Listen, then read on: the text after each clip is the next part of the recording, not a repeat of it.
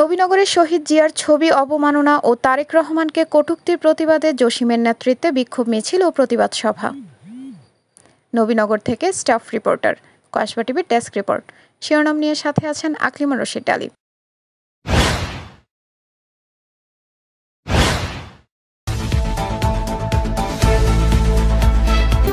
Kasba TV, হৃদয়ে বাংলা। ব্রাহ্মণবাড়িয়ার নবীনগরের শহীদ রাষ্ট্রপতি জিয়াউর রহমানের ছবি অবমাননা ও বিএনপির ভারপ্রাপ্ত চেয়ারম্যান তারেক রহমানকে নিয়ে মিথ্যা অপপ্রচার ও কটূক্তির প্রতিবাদে বিক্ষোভ মিছিল ও প্রতিবাদ সভা অনুষ্ঠিত হয়েছে।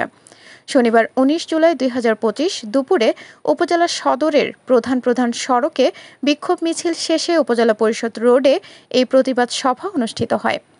বিএনপির কেন্দ্রীয় নেতা তকদির হোসেন মোহাম্মদ জসিমের নেতৃত্বে আয়োজিত এই কর্মসূচিতে সভাপতিত্ব করেন আমিরুল ইসলাম এবং সঞ্চালনা করেন সাবেক ভিপি গোলাম হোসেন খান টিটু।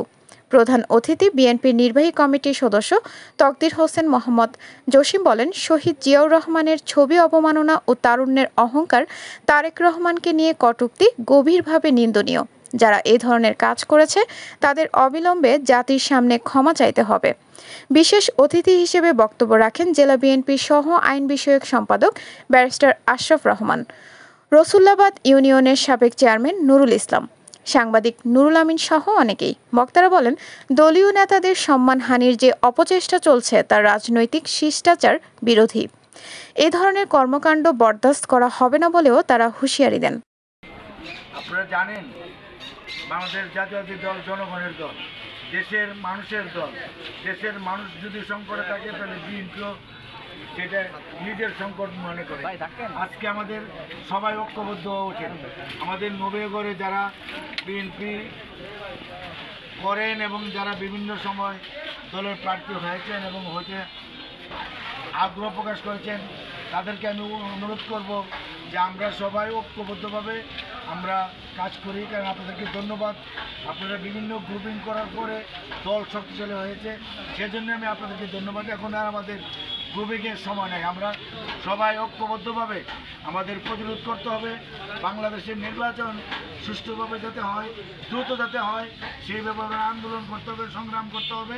আসুন, আপনারা যারা যারাই আছেন, আমাদের সাইদুল হক সাইদ আছে, এরপরে কে মামুন আছে, সালাউদ্দিন বইয়া শিশির আছে, নাজমুল করিম মান্নান আছে, তাপস আছে, এবং আমাদের রাজীব বইয়া আছে, অ্যাডভোকেট মান্নান আছে। সবাইকে আমি আহ্বান জানাবো, আসেন আমরা দলীয় স্বার্থে দলকে ঐক্যবদ্ধ করার জন্য আমরা সবাই একসাথে কাজ করি এবং আমরা প্রমাণ করি যে নবীনগর ঐক্যবদ্ধ। নবীনগর যে কোনো বিপদে আপদে, বিএনপির যে কোনো সমস্যা হলে নবীনগরে সবাই একসাথে লাফিয়ে পড়বে। এবং আরেকটু অনুরোধ থাকবে, আমি আমার পক্ষ থেকে বলতেছি, বিএনপি থেকে দলীয় কুন্দল বাদ দিয়ে আমরা বলতে চাই, দানের শীষের যে প্রার্থী আসবে, যে দানের শীষ নিয়ে আসবে, আমরা তার কাজ করবো এবং তাকে জয়ী করবো এবং তারেক রহমানকে এবং বেগম খালেদা জিয়াকে আমরা ব্রাহ্মণবাড়িয়ার ৫ নবীনগর আসনটি আমরা উপহার দেব। আসুন, আমি আবারও আহ্বান জানাচ্ছি যে আপনারা সবাই আমরা একটু ঐক্যবদ্ধ বসি, একসাথে বসে কথা বলি এবং একই মঞ্চে আমরা প্রতিজ্ঞা করি যে আমরা দলের কাজ করব, যে মনোনয়ন পাবে আমরা তারই কাজ করব। এটা থাকবে আমাদের প্রধান লক্ষ্য। আমরা ঐক্যবদ্ধ বিএনপি চাই। আমরা তারেক রহমান বলছেন যে বৃহত্তর স্বার্থে দলীয় ঐক্য লাগবে। আপনাদের কাছে যদি এমন কোনো তথ্য থাকে জানাতে পারেন আমাদের ফেসবুক পেজ কসবা টিভিতে। কসবা টিভি, সময়ের সাথে মানুষের পাশে। কসবা টিভি আপনাদের সাথে ছিল। আপনারা অপেক্ষায় থাকুন পরবর্তী আপডেটের জন্য। কসবা টিভির সংবাদের সাথে থাকার জন্য ধন্যবাদ জানাচ্ছি। পরবর্তী সংবাদ পেতে আমাদের চ্যানেলটি সাবস্ক্রাইব করে রাখুন।